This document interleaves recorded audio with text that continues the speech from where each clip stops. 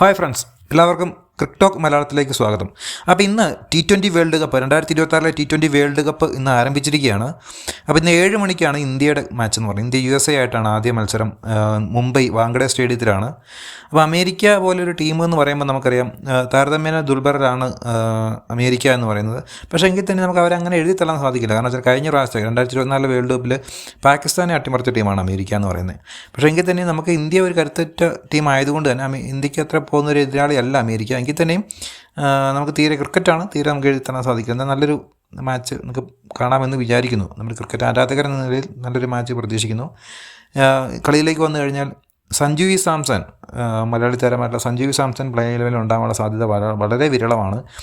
ഉണ്ടാവാൻ സാധ്യത ഇല്ല എന്ന് തന്നെ നമ്മൾ കരുതുന്നു. കാരണം നമുക്കറിയാം ന്യൂസിലാൻഡിനകത്തുള്ള മാച്ചിൽ അദ്ദേഹം തികച്ചും നിറം മങ്ങിപ്പോയിരുന്നു.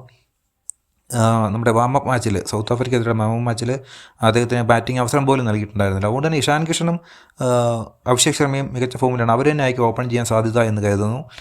2 ലെഫ്റ്റ് ഹാൻഡേഴ്സാണ് അവർ രണ്ടുപേരും. അതുകൊണ്ട് തന്നെ 1 ഡൗൺ പൊസിഷനിൽ തിലക് വർമ്മ ആയിരിക്കില്ല, സൂര്യകുമാർ യാദവ് തന്നെയായിരിക്കും 1 ഡൗൺ പൊസിഷനിൽ ബാറ്റിംഗ് എത്തുക.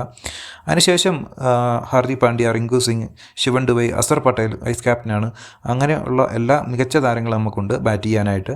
ഇപ്പോൾ ഇന്ത്യക്ക് നേരെ തിരിച്ചടി എന്ന് പറയുന്നത് ഹർഷിത് റാണ ഒരു പരിക്കിനെ തുടർന്ന് ഈ ടൂർണമെൻറ്റിൽ തന്നെ റൂൾ ഔട്ട് ആയിട്ടുണ്ട്. അപ്പം പകരം മുഹമ്മദ് സിറാജാണ് ടീമിലേക്ക് വന്നിട്ടുള്ളത്.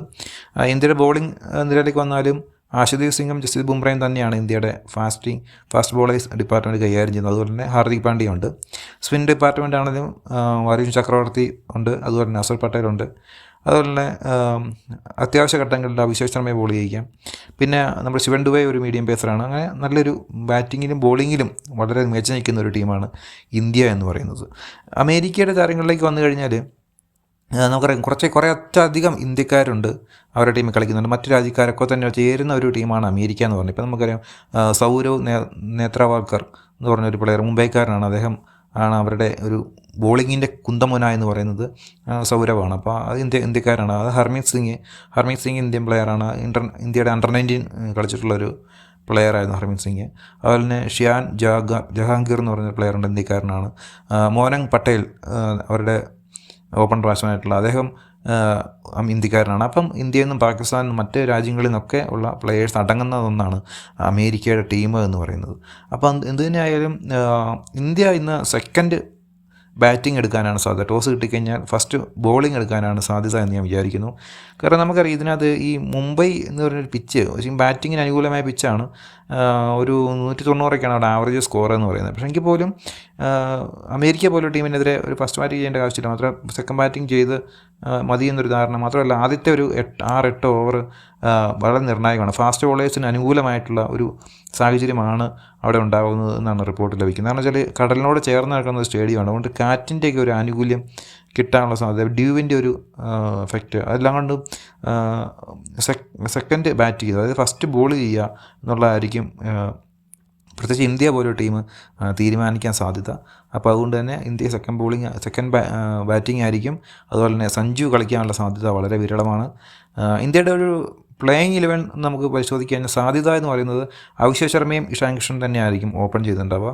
അതിന് സൂര്യകുമാർ യാദവ് ക്യാപ്റ്റൻ 1 ഡൗൺ എത്തുന്നു. അതിനുശേഷം തിലക് വർമ്മ, അതിനുശേഷം ഹാർദിക് പാണ്ഡ്യ, അല്ലെങ്കിൽ ശിവൻ ദുബൈ, അതിനുശേഷം റിങ്കു സിംഗ്, അസർ പട്ടേൽ, അങ്ങനെ ആ ഒരു ഓർഡറിലായിരിക്കും പോകുന്നുണ്ടാവുക. അതിനുശേഷം ബുംറയുണ്ട്, അർഷദീപ് സിംഗ്, വരുൺ ചക്രവർത്തി, ഈ രീതിയിൽ പോവും. ഇനിയിപ്പം പുതിയ ഏതെങ്കിലും ഒരു പ്ലെയറെ ഉൾക്കൊള്ളിക്കുന്ന സ്പേസ് ഉണ്ടെങ്കിൽ തീർച്ചയായിട്ടും ആ ഒരു പ്ലെയറെ ഉൾക്കൊള്ളിച്ചുകൊണ്ട് തന്നെ നല്ലൊരു ഒരു ബാലൻസ്ഡ് ആയിട്ടുള്ള ടീമായിട്ട് ഇന്ത്യക്ക് മുന്നോട്ട് പോകാനായിട്ട് സാധിക്കും. നമുക്കറിയാം ഈ ഒരു ടൂർണമെൻറ്റ് എന്ന് പറയുന്നത് തന്നെ ഒരു ബംഗ്ലാദേശ് പിന്മാറി അതിനെ തുടർന്ന് ഇന്ത്യക്കെതിരെ കളിക്കില്ല എന്ന് പാകിസ്ഥാൻ ഒരു തീരുമാനമെടുത്തു. അങ്ങനെ ഒരുപാട് വിവാദങ്ങൾ നിറഞ്ഞ ഒരു ടൂർണമെൻറ്റാണ് ഇന്ന് ആരംഭിച്ചിട്ടുള്ളത്. ഇപ്പോൾ ഇന്ത്യക്കെതിരെ പാകിസ്ഥാൻ കളിക്കുമോ എന്താവും എന്നുള്ളതൊക്കെ കണ്ടിരുന്ന് കാണാം. എന്ത് തന്നെ ആയാലും ഇന്നത്തെ ഒരു മാച്ച് നമുക്ക് എല്ലാവർക്കും എൻജോയ് ചെയ്യാൻ സാധിക്കട്ടെ. ടീം ഇന്ത്യ വിജയിച്ച് തന്നെ തുടങ്ങും എന്ന് നമുക്ക് വിചാരിക്കുന്നു. എല്ലാവരും നല്ലൊരു മികച്ച പ്രകടനം കാണാൻ സാധിക്കട്ടെ, നല്ലൊരു ക്രിക്കറ്റ് മാച്ച് ആയിരിക്കട്ടെ എന്ന് മാത്രം ആശംസിക്കുന്നു. പ്രത്യേകിച്ച് ഇന്ത്യക്ക് ഒരു വിജയം നേർന്നുകൊണ്ട് ഈ തവണത്തെ ലോകകപ്പും നമുക്ക് നേടിയെടുക്കാനായിട്ട് സാധിക്കട്ടെ. അണ്ടർ-19 വേൾഡ് കപ്പിൽ ഇന്ത്യ ഇന്നലെ കഴിഞ്ഞ ദിവസം കപ്പടിച്ചിരുന്നു.